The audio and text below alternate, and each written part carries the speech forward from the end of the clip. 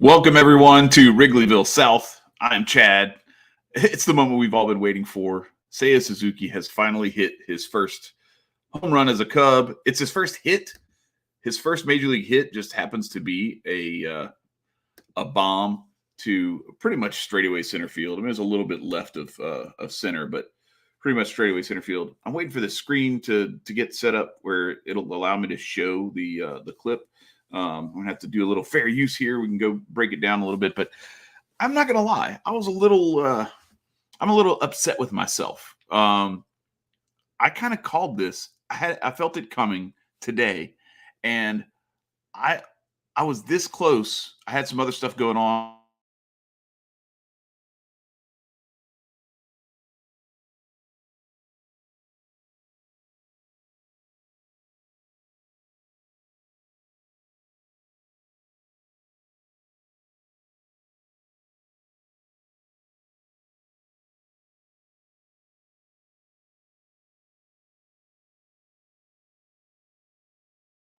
Kill switch.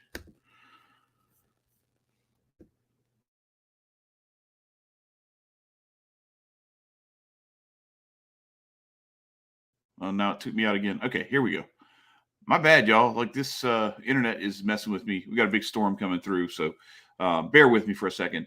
But no, I have a friend coming in, and he's visiting on his way, moving across the country, and so I was getting some stuff ready for him to come over. But I had to go live now because what I wanted to do earlier was to just jump this thing off right at the beginning of the game because and I was gonna put it, I was gonna make the thumbnail and make the description and everything. The title was gonna be I'm calling Seiya Suzuki's shot today. And then after his first at bat, I was like, okay, maybe I'm glad I didn't I didn't do it because he didn't look great in that at bat. He's had a few at bats where I think he's just kind of sizing up big league pitching and just kind of learning the shape of the curveball, that difference in velocity, a couple of mile an hour difference in average velocity here versus in Japan. But man, he came up in that second at bat. And the first pitch that he swung at, he swung over the top of a curveball, and I was like, "Oh man, he's having trouble." Even a lefty throwing him a hanger. Like he got one hanger that he missed that he popped up in his first at bat, but then in this at bat he swung over the top of one. But then he had a really good take, nice little like moving. It was like a cutter or maybe a little very light break slider that he took right over right off the inside corner and maybe a little low. And so I was like, okay, that's actually good. Like he's seeing the ball a little bit better. I thought he was having trouble seeing the ball, but man, that next pitch, third pitch of the at bat, I thought he popped it up to center field. So this just is a testament to the power that's in this kid's bat. He hit an absolute moonshot to center field, and it just snuck over the fence, but it was a bomb nonetheless. And I swear it looked like a pop up coming off the bat. I'm trying to get it to where I can. Let's see if I can. If it'll allow me to. There we go. There we go. All right, yeah. Let me set this up. I'm getting ready to set it up where I can share the screen, and then I've got to get this video loaded. But once we get that set up, I want to show you guys what this AB looked like because he looked really good in this one, especially when you compare it to his first several at bats. But no, he looks good, and the other thing is too, I have a good feeling about like just this overall lineup and the future of the club. Nico Horner doing his thing, looking good. Um, Deeper in the lineup, and there's Clint Frazier with his first bomb. All right, let's go. Got a little bit of action going. So anyway, Frazier hitting a bomb, but no, Nico Horner had a good at bat. Two strike, hit a double down the line, and got it done.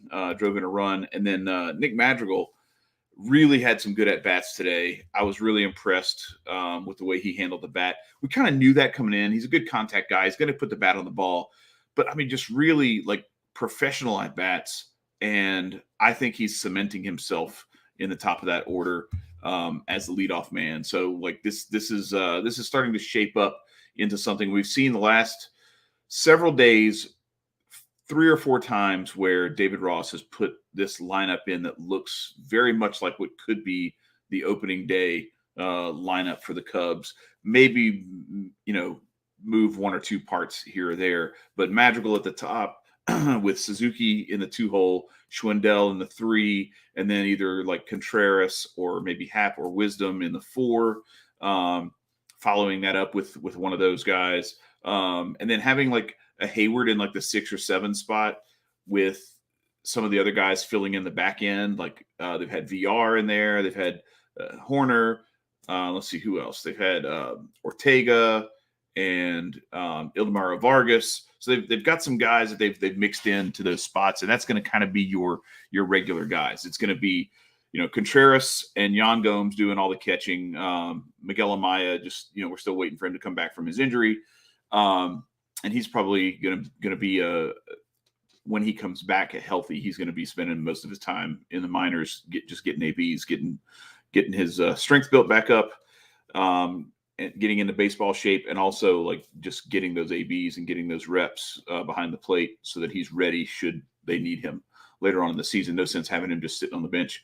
But then, Schwindel at first, you're going to have your middle infield of some combination of Horner, Madrigal, VR, and Andrelton Simmons, provided that Simmons comes back from the shoulder injury.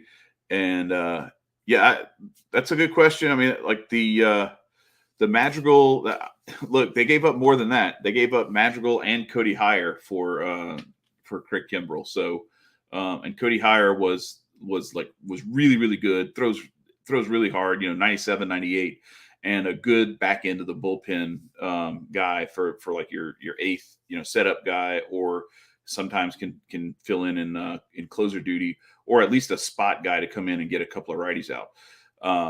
So they got both of those guys, and then Kimbrell just imploded as soon as he went over to the White Sox, which is kind of funny because as a Cubs fan, I don't necessarily have any hate for White Sox fans, but for some reason, or for the White Sox, but for some reason they love to shit talk the Cubs, and so I'm just like, you know what, you get what you deserve sometimes. So I'm not even mad about it. But the other guys, so then you go over to third base and you got Wisdom, VR could play there some, and so they're set up pretty well there, and even Ian Happ could play at a little bit of second base if they need him to. The other parts of the lineup as you move into the outfield, it gets a little more, I wouldn't say complicated, but just a little more cluttered. Because Hayward's going to have to play a lot of center field, and he's going to have to prove that his bat is worthy of playing center field. Because truthfully, he's a great right fielder defensively, but you move him to center and he becomes much more just average, honestly. Maybe even below average a little bit, especially as his age advances. Then Suzuki's going to be a permanent fixture in right. I think they may sit him here and there when there's he either needs a day off or there's a tough righty that that we're facing or anything like that. But by and large, I would say that the expectation is that it's going to be Suzuki in right, and then either Ortega or Hayward or maybe Happ.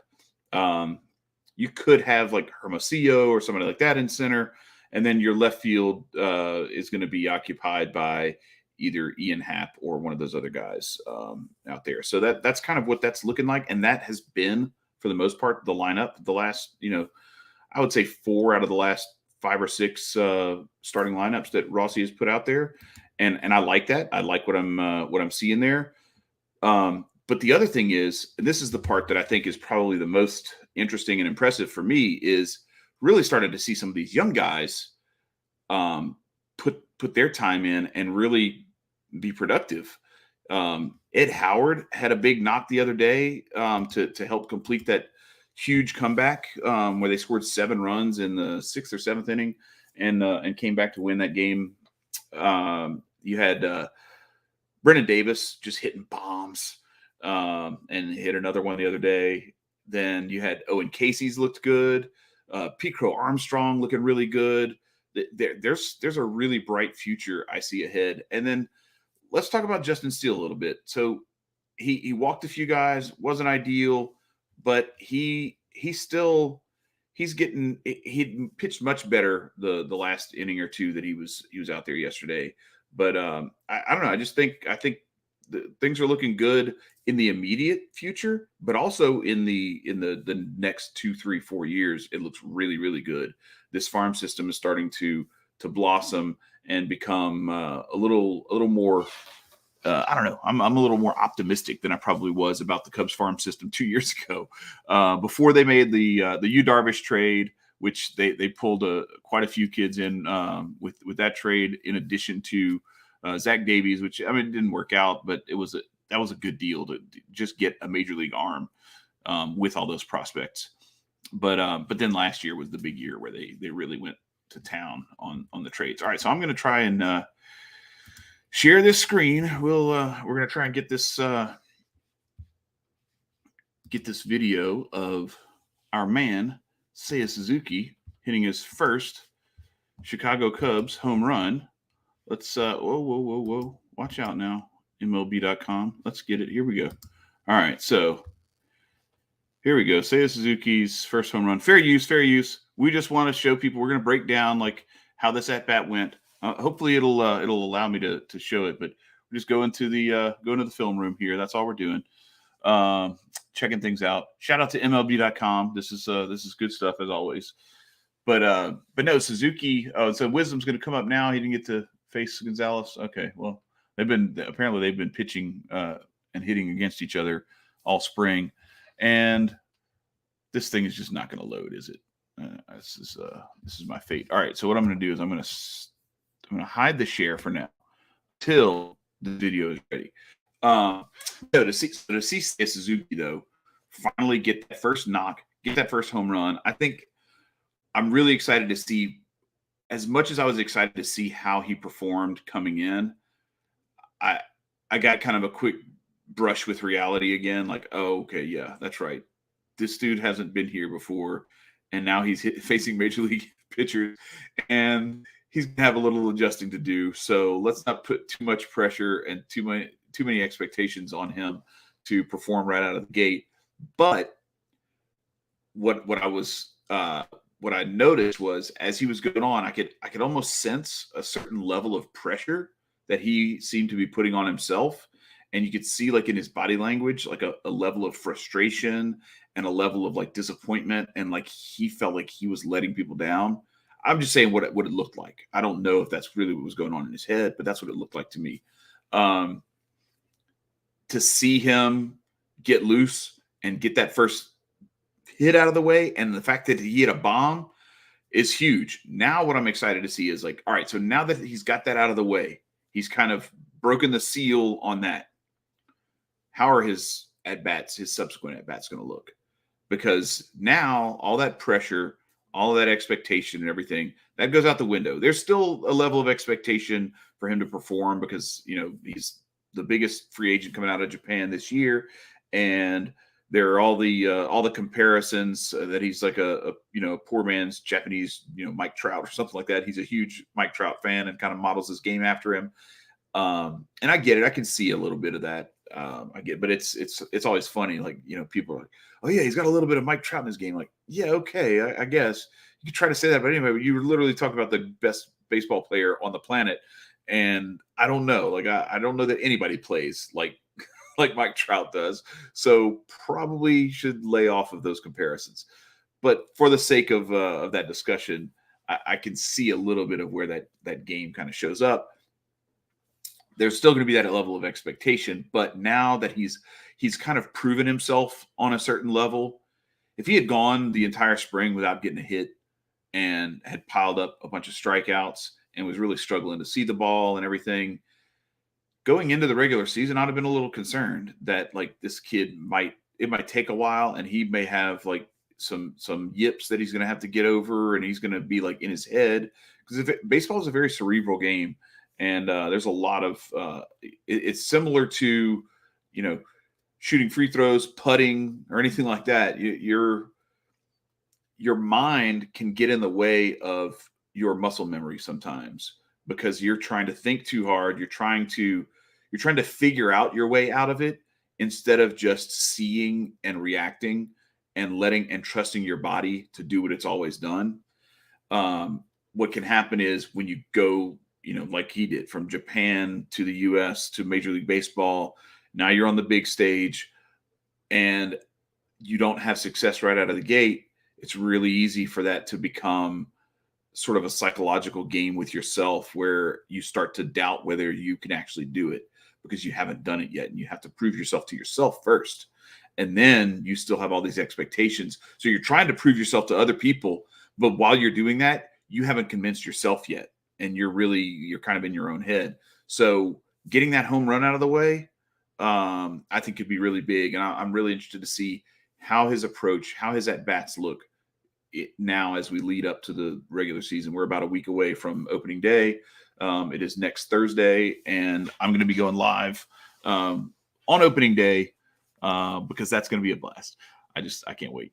So that will I'm interested to see how he progresses in his subsequent at bats now that he's gotten that out of the way, because I think he could really blossom. Just taking that deep breath, like, okay, I did it. I'm here. I belong. I can do this here too. Let's go. I think sky's the limit for him once now that that's happened. And for whatever reason, this will not load. So thank you, but no thank you. Major League Baseball's whatever MLB.TV film room thing.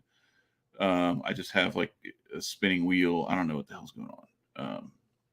I refreshed it to see if that would help, but it doesn't appear to be.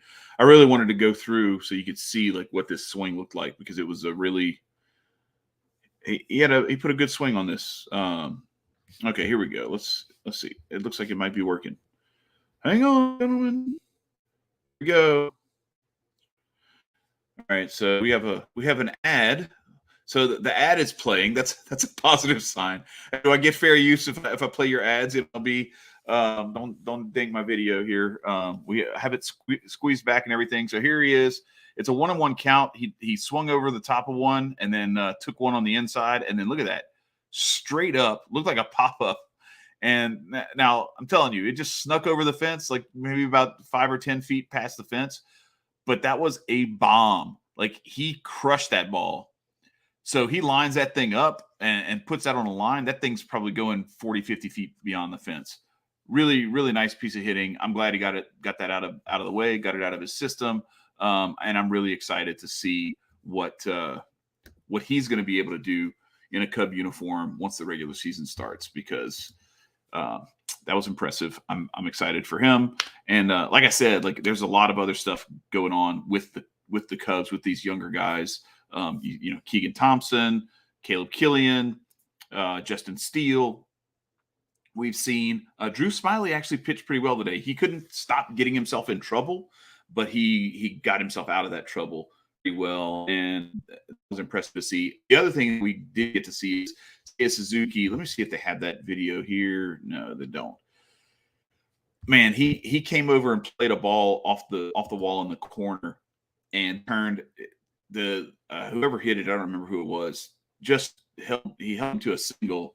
But if he had tried to go and stretch it to a double, he was gone, because Suzuki he scooped that ball up, he turned his back and just hummed it, and it was a strike right on the first base side of second base, right in line where it would have been like on the tag immediately. So like, his defense has been impressive too, and so I'm excited now that he's kind of coming into his own. And some of these younger guys, like I said, Owen Casey, Pete Crow Armstrong, they're probably a couple of years away from actually contributing on the Major League club. But you go to Brennan Davis, we're going to see him this year at Wrigley. He's going to be playing Major League games this year. And then, of course, let's not forget Ed Howard, who he's probably a couple of years away too, but he's got some real skills up the middle as well. And then you've got all the guys who have their recent additions to the Major League club over the last couple of years, and they've been looking pretty good. So normally my take on spring training is it's stupid. It doesn't matter. All we care about is like seeing the guys get their work in and making sure that nobody gets hurt. And the record, really, I throw it out of the window. But what I've been impressed to see is, and usually what I do is I pay attention to maybe the first couple of innings and maybe only during the second half of spring training, because that's when you really start to see what the starting rotation is going to look like, what the before they sub half the damn roster out in the fourth or fifth inning. Once everybody's gotten in that bat or two, I like to see what I've seen with this young group coming in, some of those subs coming in. Now, granted, I know they're playing against subs for other teams and guys that aren't even going to make a roster. They're just, non-roster invitees to some of these clubs. But it's still good to see guys like Ed Howard, Owen Casey, Pete Crow Armstrong, and Brendan Davis do what they're doing in the action that they're getting, in the opportunities that they're getting, because you get to see a little bit of a window into what the future looks like.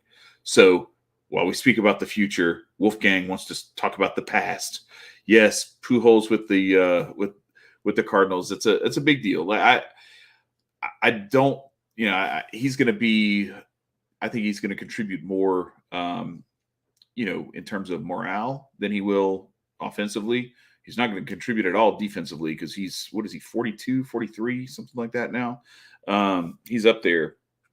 Can't really play anything but first base, and not great there either. Range is gone, and it's going to be tough. But the DH allows him to be that guy who, when you're facing a lefty and you need to plug in a bat, he can give you double-digit home runs potentially in 250 at bats or so, and do enough. But I think his presence in the clubhouse is going to be as, if not more important. And I think it's cool. Look, I'm a Cubs fan. I can't stand the Cardinals, but I have respect. I can respect, Waino and Yachty and Pujols for what they represent to that club from a very early period, in the early 2000s, and what they accomplished, and the fact that they're all still on the roster together, even though Pujols left and came back. I'm impressed by that. That's going to be pretty cool to watch. They're going to kind of probably have like a little mini farewell tour themselves, a la Coach K, down the stretch of this season. But yeah, that's pretty cool, and I can imagine it's creating quite a bit of buzz there. But we're Cubs fans here. To hell with the Cardinals. Can't wait to beat y'all's brains in. But no, I'm just joking. I know I'm not. I'm serious. Can't wait.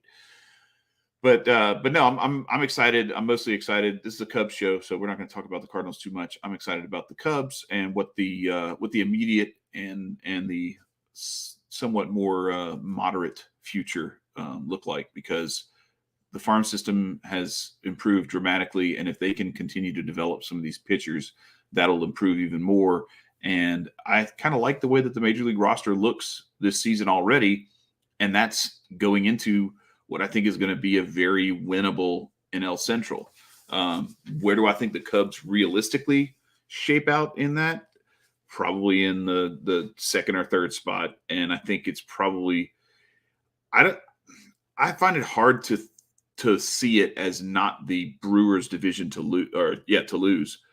But for some reason, as good of a manager as I think Craig Counsell is, they seem to find a way to muck it up for themselves. And they haven't even really had to deal with like a major injury or like an injury that costs somebody like Josh Hader or one of their starters like significant time. They've been pretty healthy.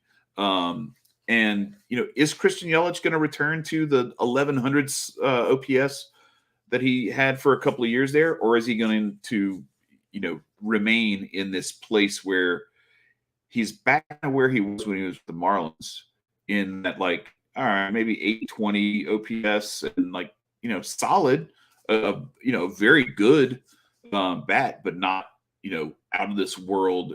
You can't throw it anywhere without him hitting it out of the yard sort of insanity that he put up in, especially like 2018 and 19. So what do we have here? We got another bomb. Who is that? Who just went deep? Well, Cubs hit another home run, so it's 8-3. But anyway, that's it. I'm gonna go ahead and wrap it up now. I appreciate y'all coming through, and so Seiya Suzuki hits his first spring training home run for the Cubs, and that was pretty exciting to watch. So we look forward to much more of that, and make it in the weeks to come, especially next Thursday, opening day. I don't know how many episodes I'm going to do between now and then, probably 3 or 4. But once the season starts, I'm going to be going live just about every day, even if it's only for 15, 20 minutes, just so we can keep track of what's going on with the Cubs. I might do like a post-game wrap-up or like a game preview or something like that, maybe a little bit of both. But anyway, I'm looking forward to that. And Wolfgang, I can't wait when the Cubs play the Cardinals so we can talk shit to each other. That's going to be a lot of fun. So bring all your Cardinals fans, friends, and we will chop it up. I will enjoy all the smoke, and I look forward to it. It's going to be a great 2022 season. Looking forward to it. Y'all, thank y'all for joining us. It's Wrigleyville South, Chad, and I'm out. Peace.